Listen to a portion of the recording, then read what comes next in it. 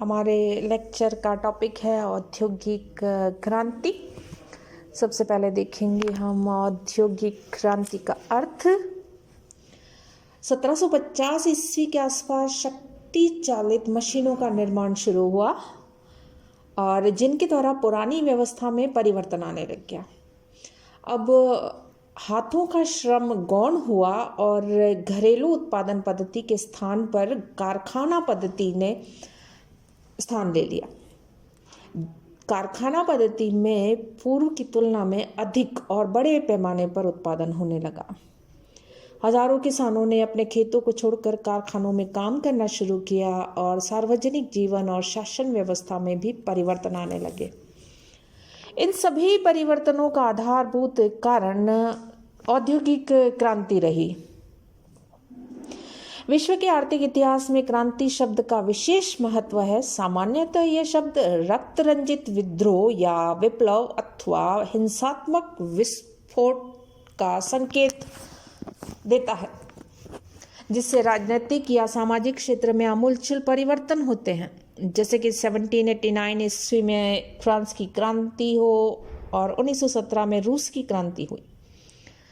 परंतु आर्थिक परिवर्तन की प्रक्रिया प्राय बहुत ही धीमी होती है, अतः उसमें रातों रात परिवर्तन संभव नहीं होते। 18वीं सदी के उत्तरार्ध में इंग्लैंड में औद्योगिक क्षेत्र में जो मौलिक तथा महत्वपूर्ण परिवर्तन हुए, उनसे उत्पादन की पद्धतियों, मात्रा तथा संगठन में आमूलचूल परिवर्तन हो गए और आर्थिक जगत में नए युग का सूत्रपात हुआ। इसलिए इन परिवर्तनों को क्रांति की संज्ञा दी गई। इतिहासकार डेविस का मत है कि औद्योगिक क्रांति का मतलब उन परिवर्तनों से है जिन्होंने यह संभव कर दिया कि मनुष्य उत्पादन के पुराने उपायों को छोड़कर बड़ी मात्रा में बड़े कारखानों में वस्तुओं का उत्पादन कर सका। दूसरे शब्दों में औद्योगिक क्रांति उद्योगों और उपज संबंधी वह क्रांति है जिसने श्रम का सामूहिक रूप से उपयोग किया, परंतु उसका लाभ श्रम करने वाले को न होकर पूंजी लगाने वाले चुनिंदा लोगों को उसका लाभ प्राप्त हो पाया।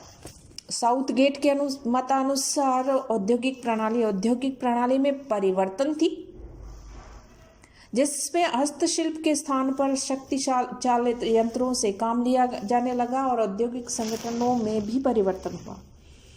घरों में उद्योग चलाने की अपेक्षा कारखानों में काम होने लगा। टॉयनबी के शब्दों में 18वीं शताब्दी में हुए परिवर्तन इतने पूर्ण थे तथा इतनी शीघ्रता से हुए थे कि उन्हें क्रांति की संज्ञा देना उचित है। प्रोफेसर ए बिर्नी के उपयुक्त परिवर्तनों के संदर्भ में लिखते हैं कि इसके अंतर्गत परिवर्तन इतने गहरे एवं व्यापक थे, गुण एवं दोषों के अनोखे सम्मिश्रण में इतने दुखदायी तथा भौतिक उत्थान और सामाजिक त्राण के संयोग में इतने नाटकीय थे कि उन्हें क्रांतिकारी कहना ही उचित है। वस्तुतः इन परिवर्तनों के लिए औद्योगिक क्रांति शब्द का प्रयोग सर्वप्रथम एर्नोल्ड टॉयनबी ने किया था। इस संबंध में श्रीमती LCA नॉवेल्स ने लिखा है कि औद्योगिक क्रांति शब्द का प्रयोग इसलिए नहीं किया जाता कि परिवर्तन की प्रक्रिया तीव्र थी, वरन इसलिए कि पूर्ण होने पर ये परिवर्तन पूर्णतया मौलिक थे। इतिहास के अन्य विद्वान साउथगेट लिखते हैं कि 18वीं शताब्दी के उत्तरार्ध तथा 19वीं शताब्दी में ब्रिटिश उद्योगों को ऐसे महत्वपूर्ण एवं व्यापक परिवर्तनों से गुजरना पड़ा, जिसके कारण इन परिवर्तनों को संयुक्त रूप से औद्योगिक क्रांति कहा जाने लगा। इस प्रकार यह स्पष्ट हो जाता है कि औद्योगिक क्षेत्र में उत्पादन पद्धति, संगठन तथा प्रबंध में जो मौलिक परिवर्तन हुए, उन्हें सामूहिक रूप से औद्योगिक क्रांति कहा जाता था। औद्योगिक क्रांति का कारण। औद्योगिक क्रांति कोई आकस्मिक घटना नहीं है, विकास की एक निरंतर प्रक्रिया जो आज भी जारी है। इसके अभ्युदय में अनेक तत्वों और परिस्थितियों का सहयोग रहा। इतिहासकारों में औद्योगिक क्रांति के काल के संबंध में मतभेद देखने को मिलते हैं। प्रोफेसर हैफ इसका काल 1550 से 1890 बताते हैं, जबकि अर्नोल्ड टॉयनबी इसका काल 1770 से 1830-40 निर्धारित करते हैं। श्रीमती नॉवेल 1770 से 1914 बताती हैं, तो अनेक अर्थशास्त्री इसका काल 1760 से 1914 स्वीकार करते हैं। इसे दो भागों में विभाजित करते हैं। उनके अनुसार 1760 से 1830 तक के समय को इसका प्रथम चरण माना, जिसमें विभिन्न प्रकार के आविष्कार तथा कारखाना पद्धति का विकास हुआ, और 1830 से 1914 तक के समय को इसका दूसरा चरण माना जाता है, जबकि औद्योगिक उत्पादन में वृद्धि, विविधता, जटिलता और यातायात तथा व्यापारिक क्षेत्र में क्रांतिकारी विकास हुआ। औद्योगिक क्रांति से पूर्व की स्थितियां यदि हम देखें तो यूरोप की सामान्य स्थिति, 18वीं सदी के शुरू में यूरोप में सामंती व्यवस्था, उद्योग धंधों पर नियंत्रण, गिल्ड पद्धति का, सामंती व्यवस्था में सर्वसाधारण को राजनीतिक, सामाजिक तथा आर्थिक अधिकार प्राप्त नहीं, सामंतों को अपने किसानों तथा दासों पर पूरा अधिकार था और ये लोग भी अपने स्वामी की सेवा एवं उसके आदेशों का पालन करना अपना परम कर्तव्य मानते। किसानों को अपने स्वामी के अनेक काम बेगार में करने पड़ते। मज़ेदार बात तो ये थी कि सामंत की स्वीकृति के बिना किसान अपना गांव छोड़कर किसी दूसरी जगह स्थायी रूप से नहीं बस सकते थे। इस प्रकार की स्थिति उद्योग धंधों में थी। व्यापार वाणिज्य कम होता था, जो कुछ भी होता वह गिल्ड यानी संघों के नियंत्रण में था। प्रत्येक उद्योग एवं व्यवसाय का अपना एक गिल्ड यानी कि संघ, और उस संघ के सदस्यों को ही उस धंधे को करने की अनुमति दी जाती थी। औद्योगिक शिक्षा प्राप्त करने के लिए व्यक्ति को 8-10 वर्ष तक किसी निपुण कारीगर की सेवा में रहना पड़ता था। वह अपना स्वतंत्र कारोबार नहीं कर सकता था। संक्षेप में देखें तो आर्थिक स्वतंत्रता का सर्वथा अभाव 18वीं शताब्दी में देखने को मिलता है। इंग्लैंड की स्थिति यदि 18वीं शताब्दी में देखें तो मुख्य रूप से एक कृषि प्रधान देश है इंग्लैंड। 77% जनता प्रत्यक्ष परोक्ष रूप से कृषि उनकी आजीविका। कृषि की स्थिति अधिक संतोषजनक नहीं। कृषि के पुरातन तरीके, खुले खेतों की पद्धति, भूमि का उपखंड तथा उप विभाजन एवं अवैज्ञानिक कृषि संगठन से यह क्षेत्र पिछड़ा हुआ। देश की केवल 5% जनसंख्या उद्योगों में लगी हुई। लोहा, इस्पात, ऊनी, सूती, वस्त्र उद्योग, कोयला तथा अन्य उद्योग अपने वर्तमान रूप में नहीं पाए जाते थे। ज्यादातर उत्पादन कार्य कुटीर उद्योग के रूप में किया जाता था।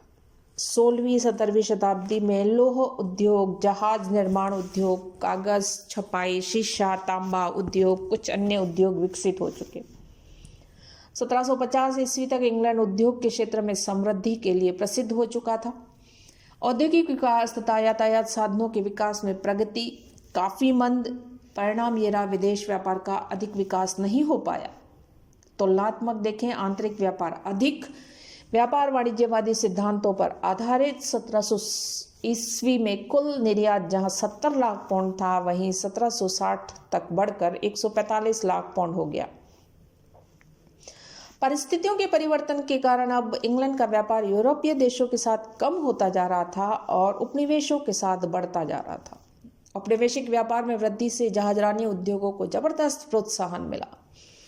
18वीं सदी के मध्य तक इंग्लैंड में यातायात के साधन अत्यंत अविकसित अवस्था में। सड़कों की दशा दयनीय, स्थल यातायात काफी खर्चीला, धीमा तथा खतरे से भरा हुआ।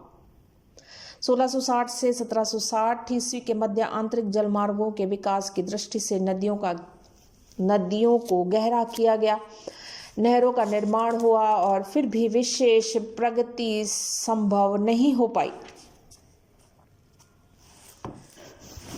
1696 ईस्वी के आसपास इंग्लैंड की आबादी लगभग 55 लाख। 1760 ईस्वी में यह बढ़कर 90 लाख हुई। देश की जनसंख्या में 70% आबादी गांवों की, 30% शहरों की।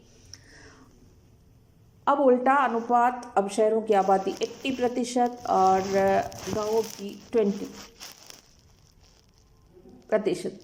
समाज में दो वर्ग, उत्पादक वर्ग और श्रमिक वर्ग की प्रधानता हुई और उत्पादन की घरेलू पद्धति होने के कारण नियोजक तथा नियोजित के आपसी संबंध अच्छे थे। मजदूरों का अधिक शोषण नहीं होता था, इसलिए वर्ग संघर्ष अब तक नहीं जन्मा था। भूमिपतियों का ब्रिटिश संसद में प्रभुत्व था। व्यापारी उद्योगपति महाजनों का संसद में प्रतिनिधित्व न होने से उनके हितों की सुरक्षा पर ध्यान कम दिया जाता था। उद्योगों तथा व्यापार के विकास में सरकार की रुचि प्रेरणास्पद नहीं कही जा सकती। उपनिवेशों का शोषण करना सरकारी नीति का उद्देश्य था। प्रोफेसर कोल के शब्दों में औद्योगिक क्रांति के पूर्व इंग्लैंड एक व्यापारिक दृष्टि से उन्नत तथा औद्योगिक प्रगति में प्रेरणास्पद था, न कि औद्योगिक दृष्टि से उन्नत एवं व्यापारिक खोज करने वाला राष्ट्र। अब प्रश्न यहाँ पर यह आता है कि क्रांति का सूत्रपात इंग्लैंड से ही क्यों हुआ? औद्योगिक क्रांति है वो इंग्लैंड में ही इसका जन्म क्यों हुआ? औद्योगिक क्रांति का सूत्रपात इंग्लैंड से ही हुआ, किसी अन्य देश से क्यों नहीं? इस संबंध में यह ध्यान रखना चाहिए कि किसी भी देश की औद्योगिक क्रांति के लिए मुख्य 5 बातें महत्वपूर्ण होती हैं।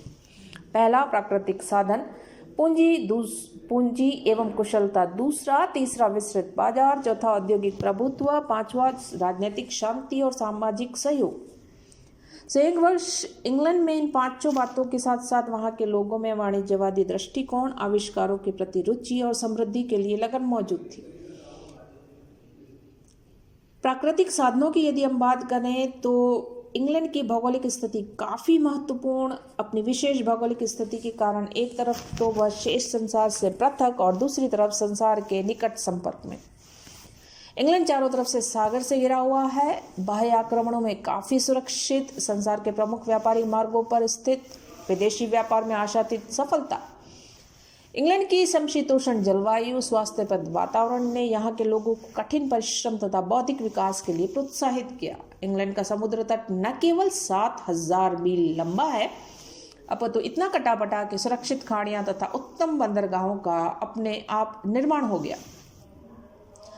गल्फ स्ट्रीम गर्म सामुद्रिक धारा के कारण इंग्लैंड का पूर्वी किनारा हमेशा व्यापार के लिए खुला रहता है। प्रकृति की कृपा से इंग्लैंड में कोयला, लोहा, जल शक्ति के स्रोत प्रचुर मात्रा में उपलब्ध है।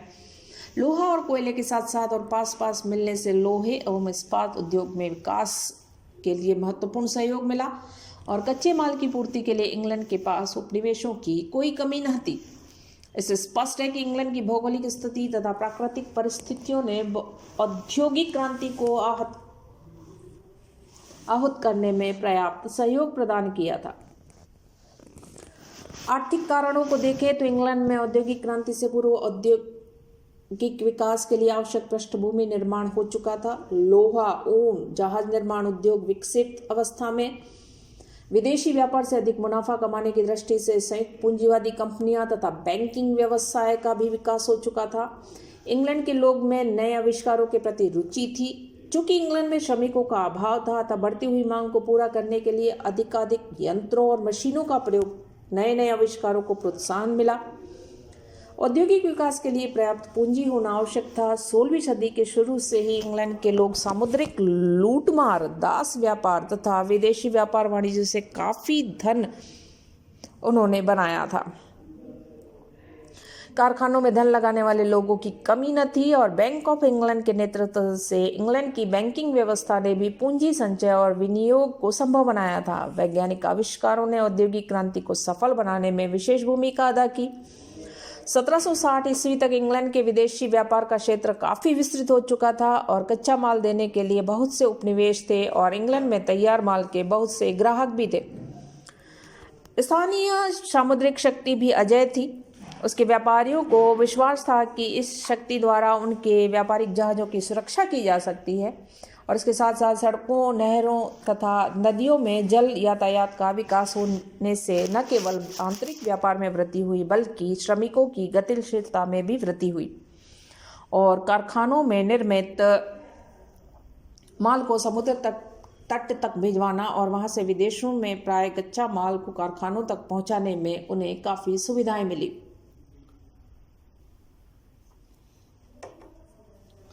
इंग्लैंड में श्रमिकों की कमी नहीं, कुशल एवं योग्य श्रमिकों ने इस कमी को पूरा करने में काफ़ी सहयोग दिया। यूरोप के अधिकांश देशों में आंतरिक शांति का अभाव था। वहां से कुशल एवं अनुभवी श्रमिक भागकर इंग्लैंड में आकर बसे थे। इंग्लैंड में उन्हें लाभ मिला। इंग्लैंड के लोगों में विस्तृत व्यापार संगठन की दक्षता, बड़े पैमाने पर उत्पादन की कुशलता भी थी। जिससे सब संसार के साथ व्यापारिक संपर्क थे उनके। औद्योगिक विकास के लिए व्यक्तिगत आर्थिक स्वतंत्रता काफी महत्वपूर्ण होती है। 18वीं सदी के अंत में इंग्लैंड में एक भयंकर महामारी काली मृत्यु का प्रकोप, जिसके लाखों लोग मारे गए। इंग्लैंड में किसानों और मजदूरों को अत्यधिक कमी, भूमिपतियों को किसानों के साथ उदारतापूर्वक व्यवहार करना पड़ा। परिस्थितियों का लाभ उठाकर हजारों किसानों ने गांव छोड़ा, मजदूरी की तलाश में नगरों में का रास्ता देखा। मजदूरों की संख्या बढ़ी, किसान लोग अपनी अपनी योग्यता एवं रुचि के अनुसार विभिन्न काम धंधे करने लगे। परिणाम ये रहा कि शहरों में गिल्ड पद्धति का नियंत्रण ढीला पड़ा और इस परिस्थिति का लाभ उठाते हुए नए प्रशिक्षित कारीगरों ने उन्होंने अपने स्वतंत्र उद्योग स्थापित करने शुरू किए और इस प्रकार इंग्लैंड में व्यक्तिगत आर्थिक स्वतंत्रता का सूत्रपात हो गया, जो अनिवार्य है औद्योगिक विकास के लिए। इंग्लैंड के औद्योगिक विकास में वहां की सरकार की आर्थिक नीति का भी योगदान रहा। सरकार ने उद्योग धंधों के विकास के लिए विदेशी माल के इंग्लैंड में आयात तथा वहां से कच्चे माल के निर्यात पर रोक लगाई हुई थी। राजनीतिक कारण देखें तो इंग्लैंड में राजनीतिक स्थायित्व, शांति एवं व्यवस्था में औद्योगिक क्रांति का मार्ग प्रशस्त हुआ। 1688 की महान क्रांति सुदृढ़ सिद्धांतों पर इंग्लैंड के संविधान को आधारित किया गया। आंतरिक शांति बनी। वॉलपोल की कुशल नीति ने इंग्लैंड के राजनीतिक एवं वित्तीय स्थायित्व को और अधिक बल प्रदान कर दिया। इन दिनों जब यूरोप के अन्य देश गृह युद्धों और बाह्य आक्रमणों से आतंकित थे, इंग्लैंड में घरेलू शांति व्यवस्था कायम थी, जो कि उद्योगों के विकास के लिए अत्यंत आवश्यक थी। श्रीमती नेवल ने लिखा कि ब्रिटेन की राजनीतिक सुरक्षा इतनी अच्छी थी कि लोग बड़े उद्योगों में आवश्यक स्थायी पूंजी लगाने में बिल्कुल भी संकोच नहीं करते थे। नेक्स्ट यदि देखिए उदार सामाजिक एवं धार्मिक वातावरण, तो औद्योगिक क्रांति के समय इंग्लैंड का सामाजिक और धार्मिक वातावरण औद्योगिक विकास के सानुकूल देखने को मिलता है। मध्य युग की जड़ता और कट्टरता लगभग समाप्त हो चुकी थी। लोगों में शिक्षा का प्रचार हो चुका था और वहाँ लोग आर्थिक समृद्धि के लिए विकासशील दृष्टिकोण अपना चुके थे। इंग्लैंड के लोगों में नए आविष्कारों तथा नई उत्पादन पद्धतियों को अपनाने में विशेष रुचि, वे वैज्ञानिकों तथा आविष्कारकर्ताओं को सक्रिय सहयोग देते थे। इस प्रकार जन सहयोग से भी औद्योगिक क्रांति को सफलता मिल पाई। औद्योगिक क्रांति का सूत्रपात इंग्लैंड में हुआ। इस संबंध में हैमंड लिखते हैं कि इन महत्वपूर्ण आविष्कारों के प्रारंभ होने के पूर्व इंग्लैंड में वाणिज्य के अनुकूल सरकार, मुक्त आंतरिक व्यापार, समृद्ध एवं विकासशील वस्त्र उद्योग, जिसका निर्मित माल महाद्वीपीय यानी यूरोप को निर्यात होता था, जिसके विस्तृत व्यापार संबंध थे, संयुक्त पूंजी वाली कंपनियां थी और उन्नत बैंकिंग व्यवस्थाएं थी। इन सब के सामूहिक परिणाम स्वरूप ही इंग्लैंड में सर्वप्रथम औद्योगिक क्रांति का सूत्रपात हुआ।